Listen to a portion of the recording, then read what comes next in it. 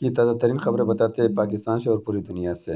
اب تک 285 ballistic missile, 15 cruise missile اور 1587 ڈرون ناکارہ بنا چکے ہیں۔ متحدہ عرب امارات نے دعویٰ کیا ہے۔ امریکی سینٹرل کمانڈ نے KC-125 کی ری فیولنگ طیارے کو عراق میں حادثے اور تمام عملے کی ہلاکت کی تصدیق کر دی ہے۔ رمضان المبارک جیسے مقدس مہینے میں سری نگر میں مذہبی عبادت پر پابندیاں انتہائی تشویشناک ہے۔ دفتر خارجہ وزیر خارجہ اسحاق ڈار کا ناروے کے اہم منصب سے ٹیلی فون رابطہ، مشرقی وسطیٰ میں صورتحال پر گہری تشویش کا اظہار۔ ملالہ یوسفزئی کی اقوام متحدہ میں فلسطین کی مستقل مبصر مشین کے نمائندوں سے ملاقات، غزہ کی موجودہ صورتحال اور تعلیم کے شعبے کو درپیش سنگین بحران پر گفتگو۔ آپریشن غضب الحق افغان طالبان رجیم کے مارے جانے والے کارندوں کی تعداد 663 ہو گئی۔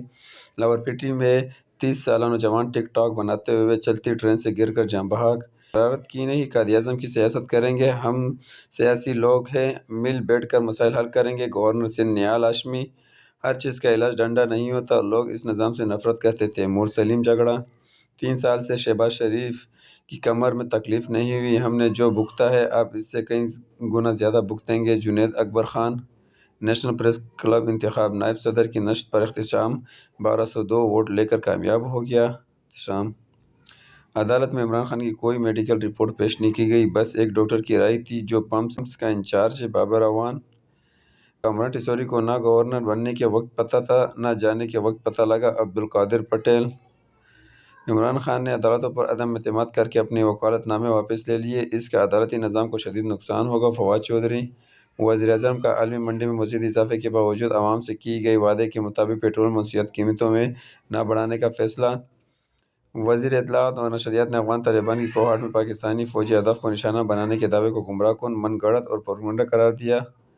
عوام کی سہولت کے لیے مزید سہولت بازار لگائے جائیں گے، ریلیف صرف نعرہ نہیں، اسے نظر آنا چاہیے۔ وزیراعلیٰ مریم نواز۔ وزیراعلیٰ مریم نواز کی لکی مربوط میں پولیس گاڑی کے قریب دہشت گرد حملے کی شدید مذمت۔ سعودی وزیر خارجہ شہزادہ فیصل بن فرحان سے اسپین کی وزیر خارجہ ٹیلی فون رابطہ۔ وزیراعظم وطن واپس پہنچ گئے ہیں۔ اسرائیلی طیاروں کا بیروت میں یونیورسٹی پر حملہ۔ ہمیں کبھی نہیں بھولنا چاہیے کہ ایرانی بچے بھی خدا کے بچے ہیں، امریکی سینیٹر کھل کر بول پڑی۔